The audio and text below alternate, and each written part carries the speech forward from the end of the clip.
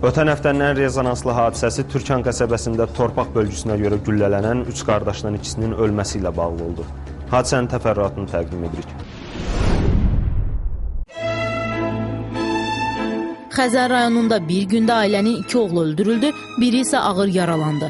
Hadisə Türkan qəsəbəsində yaşayan Zeynalovlar ailəsində baş verib. Ailənin başına bu faciəni gətirən isə Türkan qəsəbə sakini 31 yaşlı Cabbar İbrahimov olub. Bir neçə il əvvəl Zeynalov qardaşlarının Cabbar İbrahimovla torpaq bölgüsünə görə mübahisələri olsa da, lakin sonradan bu mübahisəyə xitam verilib. Lakin bu münaqişə martın 2-sində yenidən başlayıb. Bu dəfə isə tərəflər daha kəskin tədbirlərə əl atıb. Əvvəlcə Cabbar İbrahimov, Elman Zeynalovu və onun qardaşları Taləddin və Bəhruzu elə mübahisələrinə səbəb olan Qaratəpə adlanan yerdəki torpaq sahələrində görüşə çağırıb. Lakin İbrahimovlar ora tək gəlməyib. Cabbarla yanaşı onun yaxın qohumları da mübahisəyə son qoymaq üçün deyilən əraziyə gəliblər. Bu zaman özləri ilə odlu silah götürməyi unutmayıblar.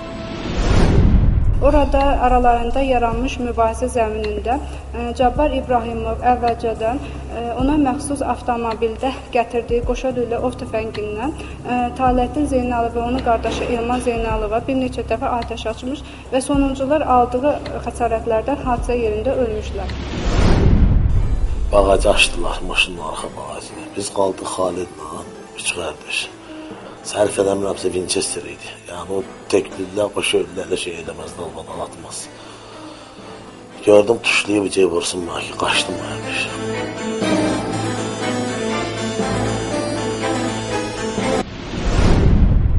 Qardaşlarının güllələndiyini görən Bəhruz Zeynalov onlara kömək etmək istəsə də, lakin qarşı tərəf onun bu istəyini həyata keçirməyə məcal verməyib. Ağır güllə yarası alan Bəhruz Zeynalov nəhayət hadisə yerindən qaçmağa nail olub. Elman Xalidlə söhbət edirdi ki, Xalid, biz kənd adamıyıq, gəl bir-birimizə hesabçılığa deməkdir, 5-10 metr torpağında açılmış. O qeyddə Elman dedi ki, salmışam mən həzibilə. Elman dedi, sən mənə salmışam, sən mənim yerimə gitmişsən, dedi, baba yerimdir mənim bu. Qardaş, belə ki, nə oldu da bir də gördüm ki, bir güllə açıldı da. Deydi taliyə qardaşımın başın asiyasından. Deyən kimi də yıxıldı yerə ki, egildim, getirim onu yerdən ki, tezədən mənə da atdılar. Boyun istənmək. Dedim, dayı atmazlar. Görüm ölməyibsə, getirim maşına harasa çatdırım onu görmüşdü. Gördüm ki, arıcıt edir. Bundan sonra Cabbar İbrahimov hadisə yerindən qaçmağa cəhd göstərmiş Bəhruz Zeynalovun da arxasınca qaçaraq ona da bir neçə dəfə odlu silahdan atəş açmış. Lakin Bəhruz Zeynalov aldığı xəsarətə baxmayaraq hadisə yerindən qaçdığına görə Cabbar İbrahimov onu qəsdən öldürməyə yönəlmiş cinayət əməlini öz iradəsinə asılı olmayan səbəblərdə başa çatdıra bilməmişdir. Dərhal Sabunçu rayon 3 saylı şəhər xəstəxanasına çatdırılan Bəhruz Zeynalovun həyatını xilas etmə mümkün olub. Keçirilən cərrahiyyə əməliyyatından sonra yaralının vəziyyəti qənaətbəxş hesab edilir. Xəstənin diaqnozu döş qəfəsinin arxa səthinin, hər iki çiyin qurşağının və başın odlu silah yaralanması. Əməliyyatdan sonraki dövrdə hal-hazırda şöbədədir, vəziyyəti nisbi kafidir, konservativ müalicə davam elətdirilir. Zeynalovlar ailəsi isə olay günü baş verənlərdən xəbərsiz halda hər kəs öz işi ilə məşğul olub. Qəflətən oğlanlarının öldürülməsi xəbərini alan ana isə eşitdiklərinə əvvəlcə inanmayıb, lakin deyilənlərin həqiqət olduğunu biləndə bir zəng gəldi telefona. Gördüm mənim qızımdır, böyük qızımdır. Ay mama dedim, hə. Dedim, mənim qardaşlarımı öldürürlər. Sən mənə demirsən. Telefonda bu ağlayıb öldürürsən. Dedim, sən nə danışırsan? Sən qardaşlarını neş öldürürlər. Sən dəli olmuşsan, havalanmışsan. Qardaşlarını öldürsünlər. Dedi, hər Türkan deyir ki, Taleyi də öldürürlər, Bəhrizi öldürürlər, Ermanı da öldürürlər. Dedim, yox az. Buradaydılar saat 4-ə qədər. Bağda olublar. Heyvanlara zada baxırlar. Lakin çox keçmədən Zeynalov qardaşlarının güllələnərək qətlə yetirilməsi barədə xəbər bütün rayona yayılıb. İlk gülləyə nişan olan isə ailənin kiçik oğlu Taləddin olub.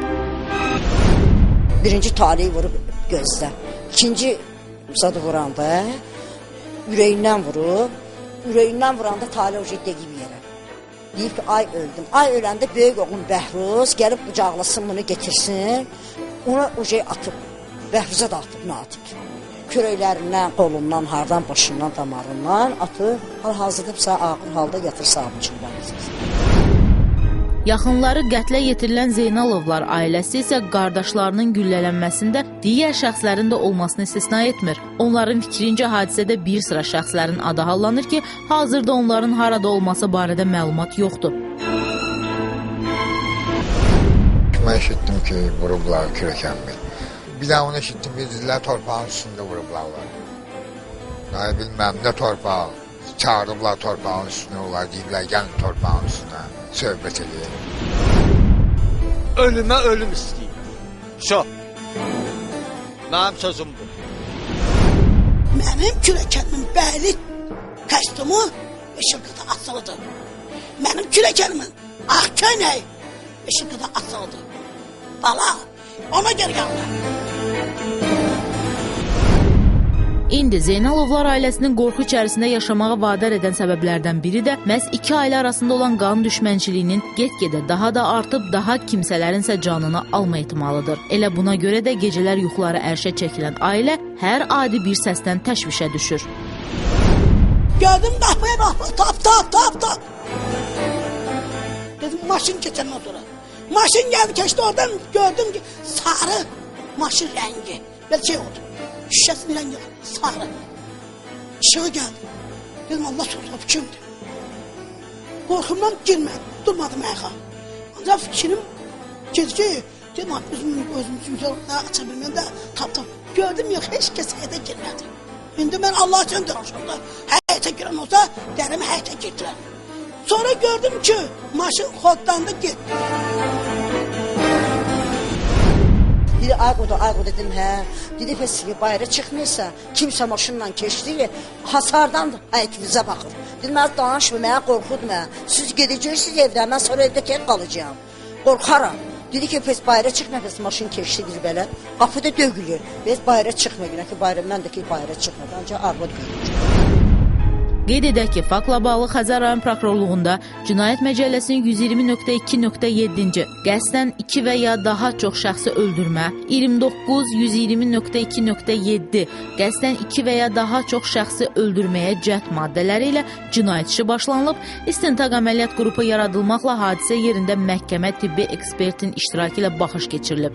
İstintaq əməliyyat qrupu yaradılmaqla hadisə yerinə məhkəmə tibbi ekspertin iştirakı ilə baxış keçirilib, oradan 6 ədəd giliz aşkar edilərək götürülüb. Daha sonra cinayət işi Cinayət Məcəlləsinin 120.2.7-ci, 29, 120.2.7-ci, 221.2.1-ci xuliqanlıq maddələrini tövsid edərək istintaqın aparılması Bakı şəhər prokurorluğunun istintaq idarəsinə həvalə edilib. Cinayətin törədilməsində şübhəli bilinən Cabbar İmanov tutularaq istintaqa cəlb olunub və ona Cinayət Məcəlləsinin 120.2.7 və 29, 120.2.7-ci maddələri ilə ittiham elan edilməklə barəsində məhkəmənin qərarı ilə həbs qəti imkan tədbiri seçilib. O törətdiyi cinayət əməlini tam etiraf etməklə cinayətin aləti olan ov tüfəngini istintaqa təhvil verib. Bundan başqa Cinayət Məcəlləsinin 221.2.1-ci maddəsi ilə şübhəli bilinən Xəlifəli Rəhmanov və Mirxalid Rəhimov da tutularaq istintaqa cəlb olunublar. Digər adı çəkilən şəxslərin müəyyən edilməsi istiqamətində isə araşdırmalar aparılır.